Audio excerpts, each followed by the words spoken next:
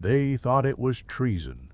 It was fog. Barnet 1471. Dawn at Barnet 1471. The battlefield is pure fog, so thick that banners look like ghosts and men fight by sound.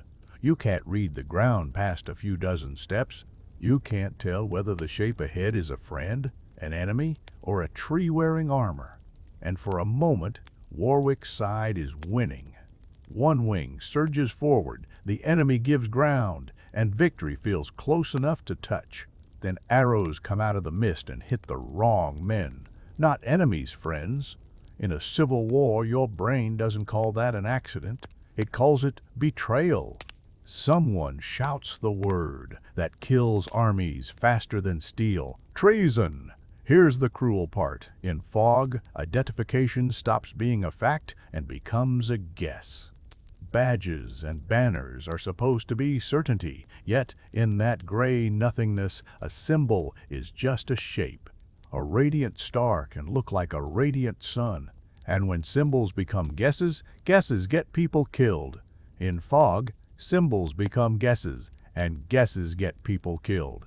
Barnet matters because it shows how an army can lose without being outmaneuvered, simply by losing trust in itself. This wasn't just a fight for ground near London. It was a fight for the kingdom's future and for Edward IV, a returning king who couldn't afford hesitation. Edward's advantage wasn't magic. It was cohesion under pressure. Warwick's advantage wasn't tactics. It was a coalition held together by trust. And in fog, trust is the first thing that dies. Edward IV had already tasted what happens when power slips. He wasn't a mythic mastermind carved in marble. He was a hard-edged survivor with a talent for forcing decisions. He moved quickly, hit hard, and understood that in civil wars, waiting is a luxury you pay for with your crown. His strength was momentum, keeping men advancing even when the world stopped making sense. His weakness was the same trait sharpened into risk. If his line broke, there would be no graceful retreat, no distant frontier to regroup behind. It would be collapse and pursuit and a kingdom turning on him again. Across from him stood Richard Neville, Earl of Warwick, the Kingmaker.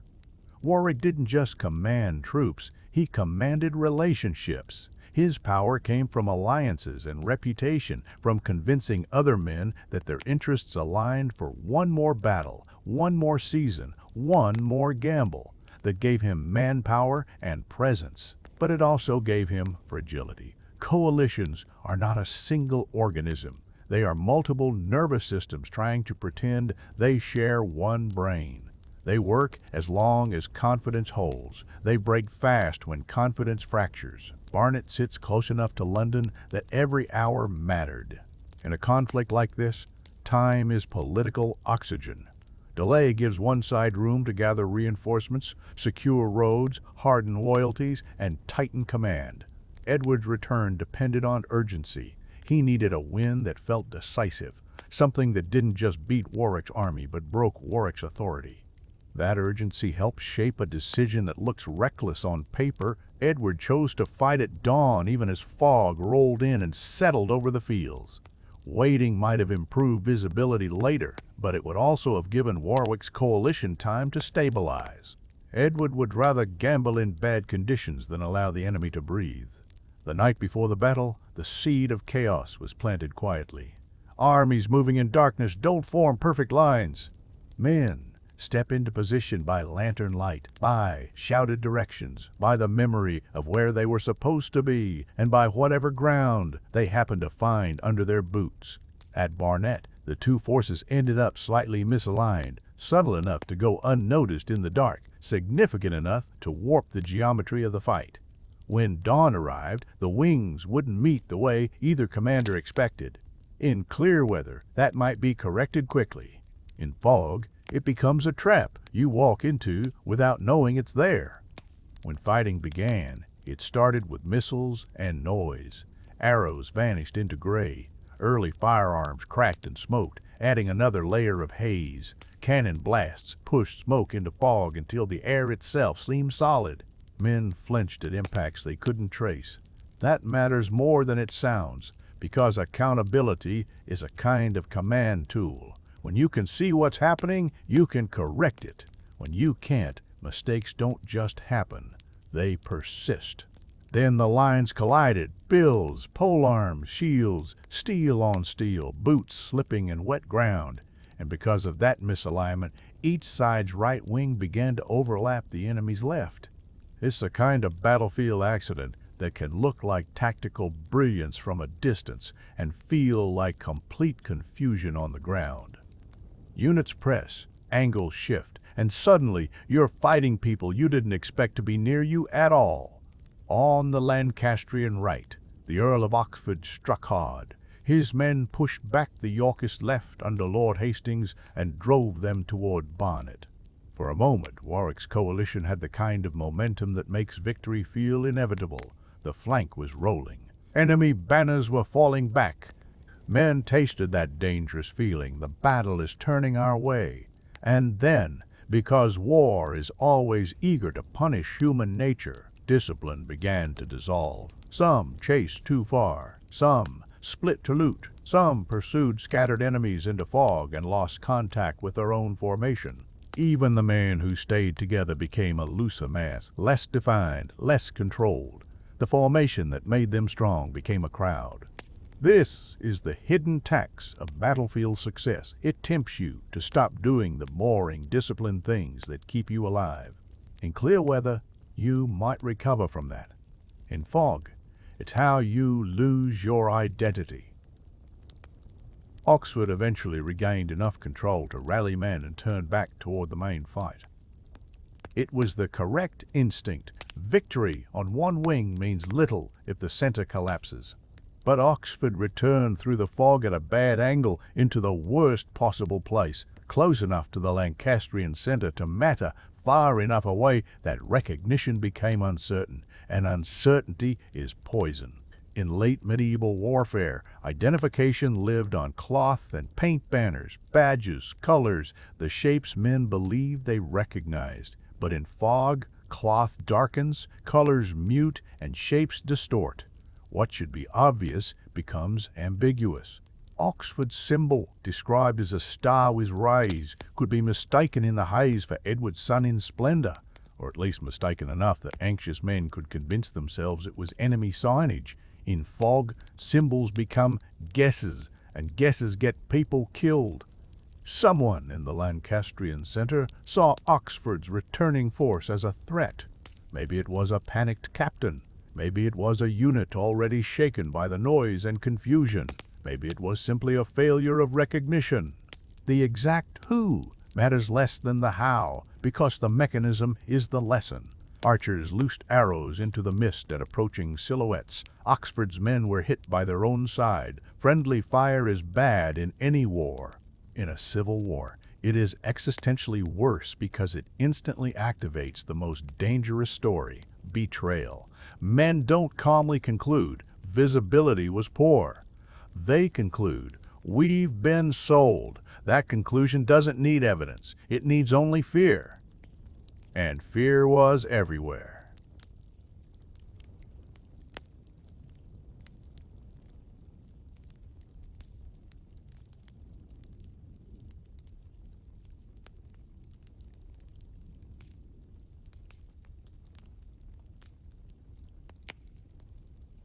Oxford's men shouted treason and began to pull away. Some withdrew because they were furious. Some withdrew because they felt unsafe near their allies. Some withdrew because they believed the battle had already turned rotten.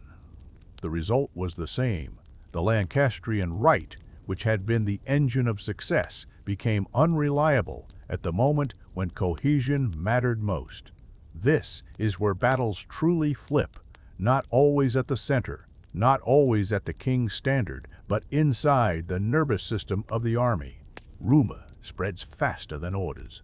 Treason doesn't stay with Oxford's men. It becomes a contagion. Nearby units hear shouting and see movement through fogged men turning, banners shifting direction, wounded stumbling back. They assume the worst, because in war, the worst is frequently true. Hesitation spreads. Men stop pushing. They turn their heads. They try to interpret what they cannot see, and in medieval combat, hesitation is contagious because each soldier watches the men beside him for reality cues. When your neighbor's confidence cracks, your own confidence follows. Lines that stop advancing begin absorbing pressure instead of applying it. Once that happens, the enemy doesn't need brilliance. The enemy needs only consistency. Warwick's coalition had a structural weakness here. It relied on trust between different factions. A single unified army can sometimes survive a moment of panic because the chain of authority is clear and the culture of obedience is shared. A coalition survives by belief. Belief that the other groups will do their part. Belief that no one will abandon the line. Belief that allies are allies. Fog didn't just hide the battlefield, it hid trust. War could try to patch the situation with messengers and signals, but fog eats communication. Riders vanish into gray. Orders arrive late, if they arrive at all. And even if an order arrives, it competes with what men think they've just witnessed. Allies shooting allies, banners moving backward, and the word treason echoing through mist like a curse. Edward's approach was simpler and therefore stronger in chaos. He didn't need perfect information. He needed the enemy to lose coherence. The Yorkist line kept pressing. Discipline did its quiet work. Men advanced because they had been told to advance, because their banner still stood, because the line beside them still held. The battlefield was unclear, but their immediate world, the few feet around them, remained structured. As Oxford's wing withdrew, a gap began to appear in the Lancastrian formation. A gap is not just empty space. It is a message to every man nearby. You are exposed. It is an invitation to the enemy. This is where the wall is thin. It turns anxiety into certainty. The collapse followed an ancient pattern. First a pullback, then a ripple, then a retreat, then a rout. Once rout begins, it rewrites everything. Plans dissolve. Courage becomes irrelevant because courage needs a formation to express itself. A brave man alone in a stampede is simply a man trying not to die. Warwick, the kingmaker, was killed in the collapse. However exactly it happened, the meaning is clear. The political engine holding the coalition together stopped functioning. Warwick wasn't just a commander. He was legitimacy and coordination and recruitment power. Without him, the coalition lost the glue that made it dangerous. Barnet wasn't just a win. It was decapitation. For Edward IV, Barnet turned survival into momentum. Not because Fog favored him, Fog is unfair to everyone, but because his army stayed functional while the other side fractured. That's the real victory condition in chaos. Not outsmarting the enemy in perfect clarity, but remaining coherent longer than the enemy when clarity dies.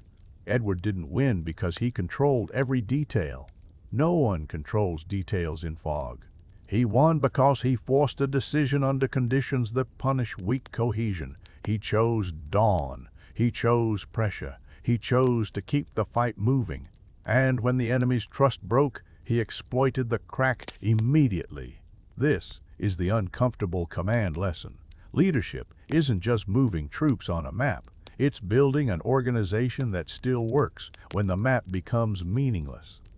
Command is not just issuing orders. It's managing belief. When soldiers believe they're betrayed, the plan becomes irrelevant. When soldiers believe their neighbors will hold, they can endure confusion long enough to win. Barnet teaches a truth that never gets old. The battlefield doesn't reward the smartest plan. It rewards the side that can keep functioning when reality becomes unclear. Fog is just a symbol. The real enemy is uncertainty, and the human instinct to fill uncertainty with panic. Identification matters. If people can't clearly distinguish us from them, mistakes become inevitable. Discipline prevents chain reactions. A unit that breaks formation creates confusion for everyone around it. Rumor is a weapon. Treason did more damage than arrows. Decisive leadership thrives in uncertainty. You don't need perfect clarity, just better cohesion than the enemy. In this series, we study wars that weren't decided by elegant tactics, but by miscommunication, panic, and the thin thread holding an army together.